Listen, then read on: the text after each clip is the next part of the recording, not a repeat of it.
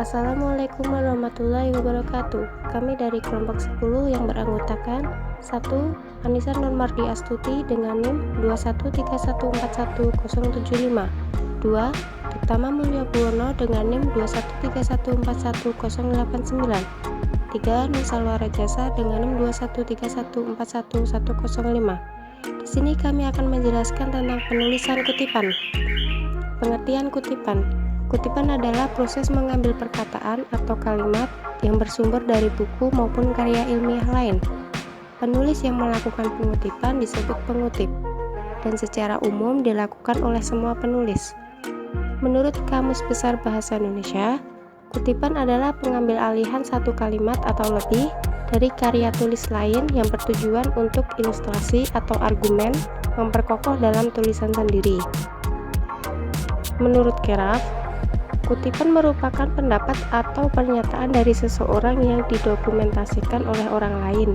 Biasanya kutipan dari ahli dalam bidangnya digunakan untuk mendukung argumen penulis. Manfaat penggunaan kutipan yaitu 1. Untuk menegaskan isi uraian, 2. Untuk membuktikan kebenaran dari sebuah pernyataan yang dibuat oleh penulis, 3. Untuk memperlihatkan kepada pembaca materi dan teori yang digunakan penulis, 4. Untuk mengkaji interpretasi penulis terhadap bahan kutipan yang digunakan, 5. Untuk menunjukkan bagian atau aspek topik yang akan dibahas, 6. Untuk mencegah penggunaan dan pengakuan bahan tulisan orang lain sebagai milik sendiri atau plagiat. Tujuan kutipan. Kutipan memiliki tujuan sebagai 1. Landasan teori, 2. Penguat pendapat penulis, 3. Penjelasan suatu uraian, 4. Bahan bukti untuk menunjang pendapat. Prinsip-prinsip mengutip. 1. Jangan melakukan perubahan, kecuali jika terpaksa untuk tujuan tertentu, dan harus disertai keterangan dalam tanda kurung segi 4. Contoh, buka kurung segi 4, cetak tebal dari penulis, tutup kurung segi 4. 2. Bila ada kesalahan pengutip, tidak boleh memperbaikinya. Biarkan apa adanya dan beri catatan singkat dalam kurung segi 4 yang artinya kesalahan dari naskah asli yang dikutip, dan penulis atau pengutip tidak bertanggung jawab atas kesalahan tersebut. Contoh, hal itu memiliki makna dalam kurung segi 4 yang ambigu. 3. Menghilangkan bagian yang dikutip. Boleh menghilangkan bagian yang dikutip asalkan tidak mengakibatkan perubahan makna. Untuk penghilangan bagian kalimat dengan titik 3. Jika yang dihilangkan lebih dari satu baris, digantikan dengan titik sepanjang satu barisan. Teknik atau cara mengutip. Kutipan langsung kurang dari 4 baris. 1. Kutipan diintegrasikan dengan teks. 2. Jarak antar baris kutipan 2 spasi. 3. Kutipan diapit dengan tanda kutip. 4. Sesudah kutipan selesai, langsung di belakang yang dikutip dalam tanda kurung ditulis sumber dari mana kutipan itu diambil, dengan menulis nama singkat atau nama pengarang, tahun terbit, dan nomor halaman tempat kutipan itu diambil.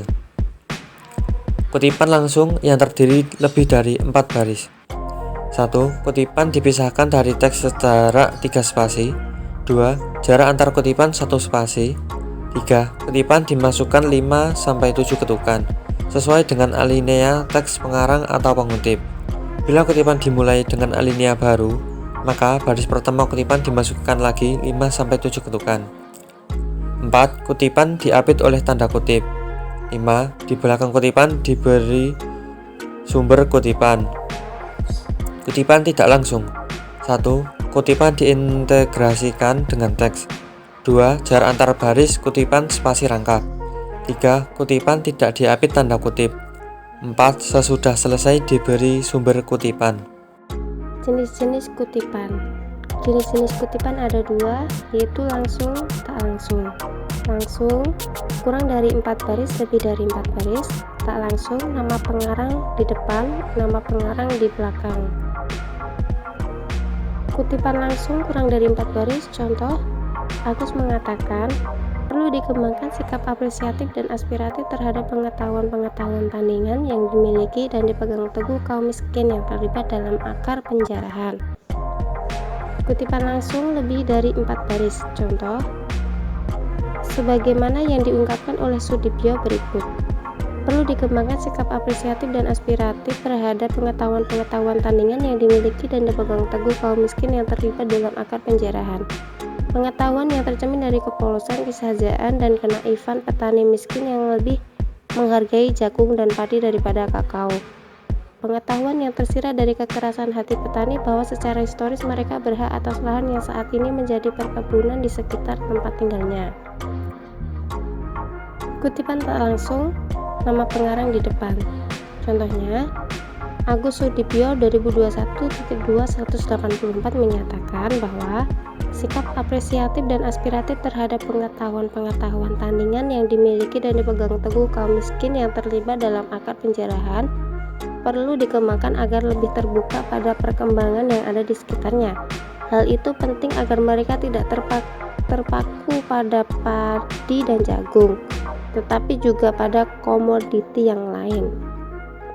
Kutipan tak langsung, nama pengarang di belakang. Contohnya, sikap apresiatif dan aspiratif terhadap pengetahuan-pengetahuan tandingan yang dimiliki dan dipegang teguh kaum miskin yang terlibat dalam akar penjarahan perlu dikembangkan agar lebih terbuka pada perkembangan yang ada di sekitarnya.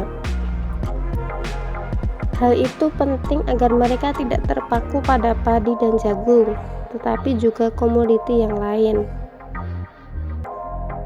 Kurung Sudibyo, 2021.2-184. Sekian dari kelompok kami, kurang lebihnya mohon maaf. Wassalamualaikum warahmatullahi wabarakatuh.